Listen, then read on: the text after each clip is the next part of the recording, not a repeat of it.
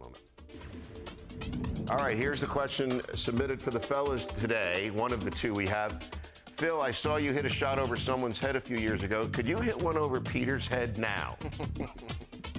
Well, if I tried on this tough, hard lie, it would go into your head, which wouldn't be a good thing. But I think that if we went out to the course tomorrow, I think there'd be a good chance that I could Okay, maybe we could tape that tomorrow. Let's show everybody that shot that you hit over Dave Pelz's head just a couple years ago. And Dave's like 6'6". Here it is. Look how This is at Colonial, and he flinched just a little bit with his eyes, if you saw that. Yeah. Do we have the side view of that?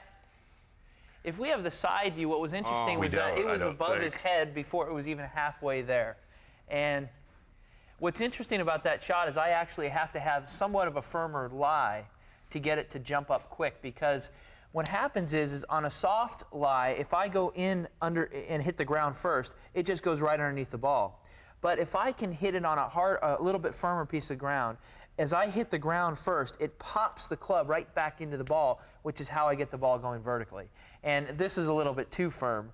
I don't think we'd like the results, but Colonial had a little bit tougher fairway, and that's actually, I need a firmer lie to hit that shot. I think his thighs also quivered when we looked at that in slow motion. Let's look at the second internet question that was submitted today.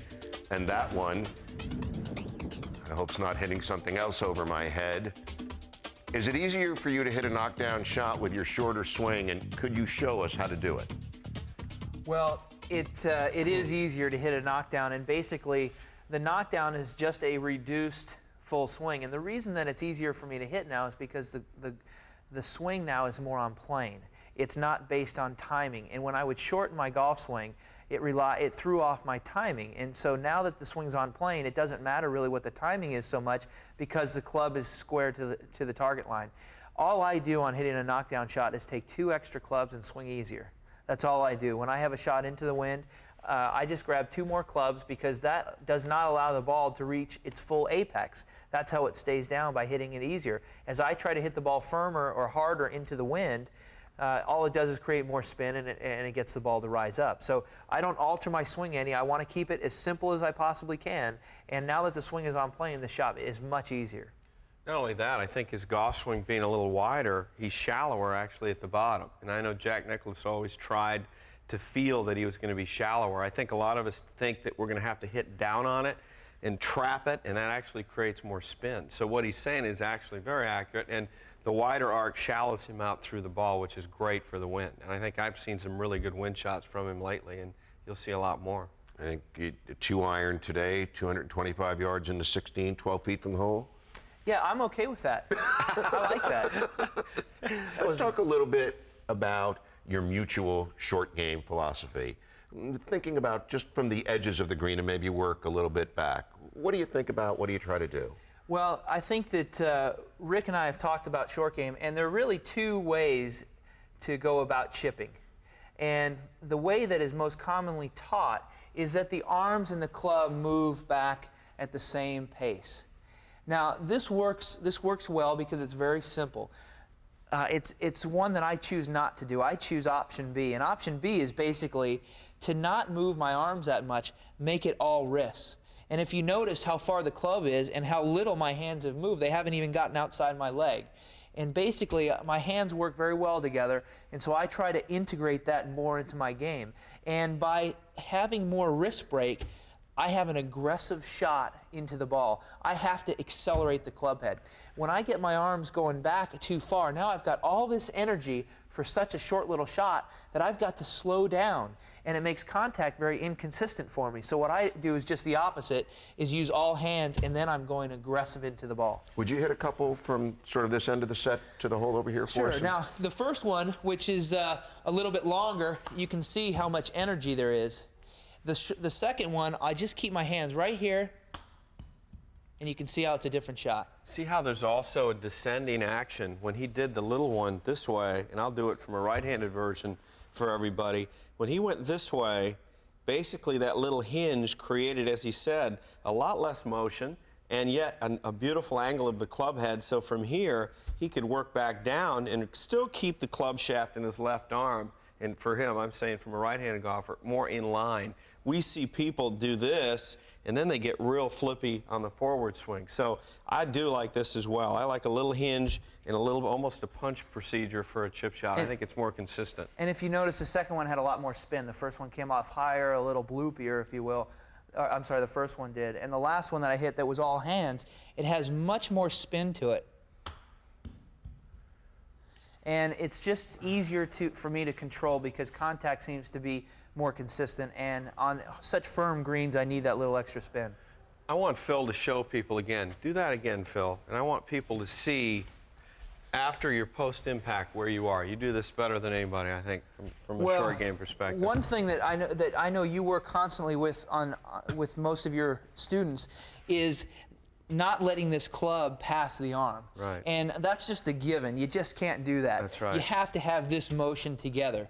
And even on the lob shot that I hit, I'll never let it pass through because what happens is the club is now traveling faster than my arms. Right. And so it's very difficult for me to control distance when this is moving much faster than this. It's just like putting. You have to have them working together to control distance and speed. And so I'll keep my hands and arm and club down a straight line, even though I'll break it back going through, they're the same. This from a side view also, there's something that, you know, people are hearing and they're saying, they read, keep your wrist firm. And it's like firm, in my mind, makes people feel like they've got to grip it tighter. You're not gripping it any tighter, are you? No, I'm just continuing this motion. That's right. What everybody else is doing is stopping their arm motion and letting the club continue. Right. And that throws both your speed off as well as your accuracy because you're changing the angle of the bounce at impact. Right. So by having, now you can do a longer swing. I'll do a longer swing where they work together. And you can see again it hasn't passed. But I just don't feel as comfortable with that because I feel like I'm always slowing down and I want to be aggressive, especially on these little shots. So I'll use all hands, and you can see that again the angle is held. It's still in line. Now, and your grip pressure didn't really change to where you were trying to be firm, which really isn't what you did at all. Right. Which is really important, I think, Peter. We see that. People say, I have to have firm wrists, so they're really tight, and that's not what we want. And they end up having no fluidity, absolutely no rhythm at all. And there wasn't a re-hinge after the ball on that shot either. It's a one-time hinge and hold on. That's very well put. It hinges going back, and it almost holds all the way through. We're going to take a short break. We'll be right back. We're taking a look at Phil in the 99 Ryder Cup making another putt. And when we come back, he'll show you how he makes them all. Don't go away.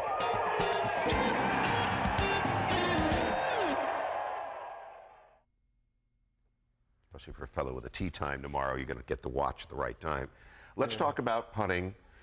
People have always had a perception because of the pace and rhythm of your stroke that you've always been a great putter, but really in the last few years, your lag putting has improved tremendously, and you're much better inside 8-10 feet than you ever were, I think, before. Is that fair? Very fair, and I think that if you look back a few years ago when I would putt, I would get my hands very far ahead, and the problem with that was that there would be so little loft, it would push the ball into the grass immediately and it'd come up with a lot of overspin, and I'd essentially get a flyer on the putting green. I'd get some that would jump 6-8 feet by the hole, and so that became very difficult to control distance, and so my lag puttings increased basically by just trying to take not just the forward press out, but letting it be more shoulders without much hand movement. Now, a good friend of mine, Jackie Burke, has said to me there are many, many strokes for one putter. And so there are many ways to do it, but as Rick and I have found out, for me personally, the best way is to basically take the hands out of the stroke and let it be shoulder. And by doing this and setting up the same every time, I found that I've become a much more consistent putter day in and day out. And basically, all I try to do is set up the same every time, the ball being the same distance away from my feet, my eyes over it, and my shoulders and everything parallel to the target, and then I just kind of lock everything in and let the stroke naturally just go to the hole. And last week I didn't putt very well, so Rick came out and we spent some time, and he noticed that I did something very unusual. I started taking it outside. Well, you take it outside, you're dead, because now you're cutting across it, holding the face open. You put a horrendous roll on it. And what I would do is I would get my hand so far ahead in years past, the putter would come way inside, and I would trap it, which George Lowe putted very effectively that way, so I don't want to say that it's not a way to putt. But for me personally, to be consistent week in and week out, I need to set up the same, feet, shoulders parallel to the target, lock in my wrists, and just let the stroke go to the hole. So it's a much more simplified approach. And if something goes wrong, I'm able to identify it quicker. Little exercise here. Notice I'm not going to put the shaft directly against this shaft here. I'm going to give him a little bit of latitude to take the putter back slightly inside if he likes, and it should be anyway. And he'll go It should back. go right alongside it and then extend along through. See, and what was happening, he was hitting the shaft on the forward side. He went, wait a minute, no wonder I putted so poorly. And he hit it really good last week, and it was interesting to say if we can get the putter going, he's going to really shoot some low scores. And let's talk about the beautiful way that his hands fit onto the instrument. You know, he could be getting ready to play the violin the way his hands look on there, that you get a feeling of great comfort looking at him. Talk about the functionality and the beauty of that grip.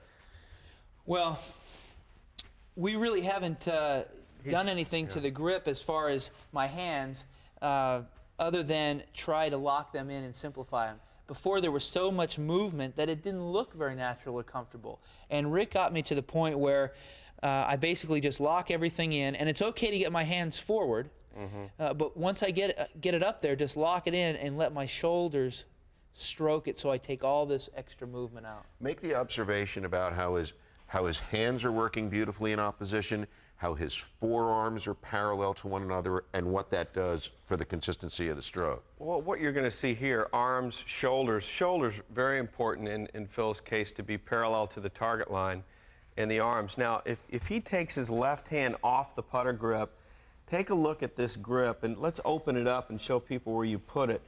Notice how if you open this up, it's up into the pad of the hand more. Now, for a right-handed player out there, what we're talking about is not having it way down in the fingers, because what'll happen is now you're going to break the wrist down. So Phil's has his, in a right-handed version, has the putter up a little bit higher into his pad, which really keeps the back of his right hand, and now it's my left hand, much more stable back and through. So a lot of it is where you grip the club, and you have to put it in the pad more, and that's what he does just naturally. He's been doing that, though, since he was about 5 years old. So, well, and that's a good point. One of the worst things you can do is put it in your palm, because you lose all your feel, and you lose the ability to get your hands and your sensitivity back into the stroke, because ultimately the hands are where I get my feel and distance and speed, but it's my shoulders that I get to work down the line.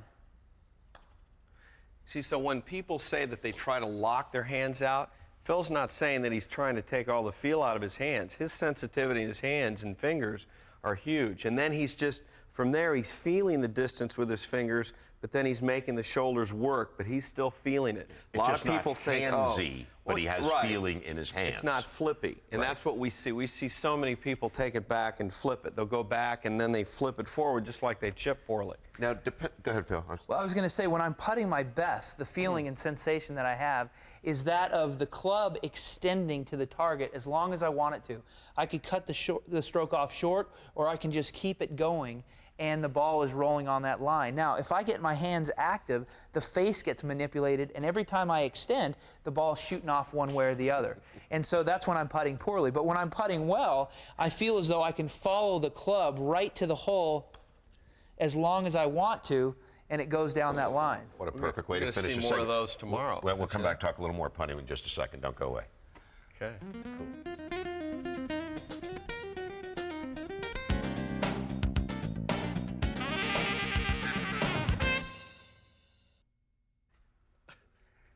Depending on how one arranges themselves when they putt, determines, does it not, the way in which the shoulders need to work, whether it's up and down or more rounded if you're farther away. Could you talk about that? Well, your posture determines your shoulder motion. And I mean, if you look at Phil when he sets up to it, I think his setup is so great, not only his full swing, but his putting. And notice his legs are not overly flexed. And yes, you do see some different styles here, but he's bending at the hip joints. His arms are hanging straight down. So he's taking tension out of his arms by having his arms just hang from his shoulder joints. From here, as you watch him make a stroke, he'll go back and forth, and there's almost some down and up. It's almost a little bit of a rocking motion, but because the blade is not going straight back and staying on the line and then going straight through staying on the line, that would be very much shut to open feeling. Phil doesn't do that. He lets his shoulders work just a little bit more this way rather than straight back and straight through that way. He's not rocking as much.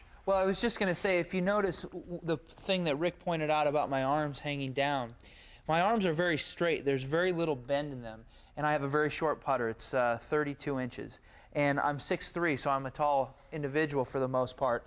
And the reason that I do that is that I want my arms to hang into a straight motion. If I have too long of a putter and my arms start bending, it doesn't give me a very good feel in my hands. I've got too much bend. Now, don't get me wrong, it's a wonderful way to putt. We've seen some of the best putters of all time. Jack Nicklaus putts that way, and it's not a bad way. Again, there's many, many ways to putt. But for me personally, I wanted my arms to hang more freely and then grip the club. What I find that does is it allows the putter to swing in more of a pendulum motion and without manipulation. If I get too far up, I feel as though contact is a little less consistent. I don't know if anybody said this about Phil before, but I notice when he's putting well, an absence of tension in his neck, particularly the back of his neck. He looks comfortable to me. There doesn't look like there's any tension up here. Everything looks soft and responsive and like it's going to be fluid. Is that how it feels to you too? I've got to tell you, I've never thought about the tension in my neck when I putt. I've never thought about that. It's an interesting result maybe, but I don't feel like it causes me to make a poor stroke if my neck is too tight, let's say. So it's not something that I think about. When I'm thinking about putting, I'm thinking about two things, line and speed. And the more simplified the putting stroke is and the easier it is for the ball to be on line, it gives me more of a chance to think about just speed, because I might choose one line, but if the speed isn't right, it doesn't tie into that line. And so they're both critical in putting. Now, unfortunately, this putt is pretty straight, so the speed isn't that critical. But the more my line is something I don't need to worry about, the more I can concentrate on speed. One thing you see with Phil, too, is look at the pace and the rhythm of a stroke, and it flows. It's not going back real slow and then popping it forward. It's not real fast and long and then decelled. There's a beautiful pace where the putter head's gradually accelerating and it's not forced. And I think when he talks about the emphasis of speed, and he's talking about distance control, and you're getting that when your pace is good. We see the common golfer has terrible pace, and they have this backswing that for a long putt that's going back, and then they force it forward, or they just don't hit their ball solid because their pace is bad. Now, obviously, his path and his club face is very square through impact. But when he used to close it, sometimes you would do the decel thing, right? Absolutely, sure. And another thing, though, is as I got my hands very far ahead of the ball, my backswing became very long, and so I had to ease into the ball so that I would prevent that flyer that we talked about. The other thing that I'd like to point out, though, is that you can putt from the inside. I've seen many great putters pull the putter inside of the line, but I've never seen one putter putt halfway decent going outside the line. Right. And so it's a good thing to go by in that I'll lay a club down and I'll lay it on the outside of the ball, because I know that if I keep this putter inside this line, it doesn't have to go straight back per se. I can pull it way in here, but then I can still get at it and give it a decent roll. It's obviously not the preferred choice, but you cannot putt from outside the line. Faxon's made a few. If you watch him putt, We've I mean, he lets the blade work back to the inside, and his eyes are actually inside the line. And so that helps you to take it back slightly inside, too. And I agree with Phil 100%. You're better off there anytime than you are on the outside. We're going to take a break. We'll come back and spend a couple more minutes with the guys as we leave you. Now that Phil's playing so good and he doesn't need much of Rick's time anymore, Rick may be available to work with you. So give him a call. The Rick Smith Golf Academy. How do I say the name of that city, Rick? You're looking at the Tiburon, yes, Florida? Tiburon. Thank you. That's called the 877. Treetops, right. I know how to read. That's the Thank you, though. Ritz-Carlton Naples Golf Resort. 877-464-6531 and Treetops 888-732-5060. And when he is in New York, 800-771-7711. And his home phone is, and we'll be right back.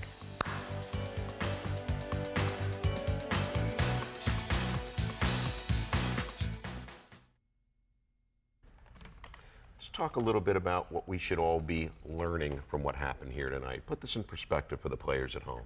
I think number one, I think every player out there needs to understand what their weaknesses are. And if I say it one time, I'll say it a million times, is that when you know what your weaknesses are, you have something positive to work on. And I think people really need to spend time trying to find out, maybe they don't have to reinvent the golf swing, but they have to understand their own. And once you do that, you're always going to be more productive in your practice sessions, and you're going to get better if you do that.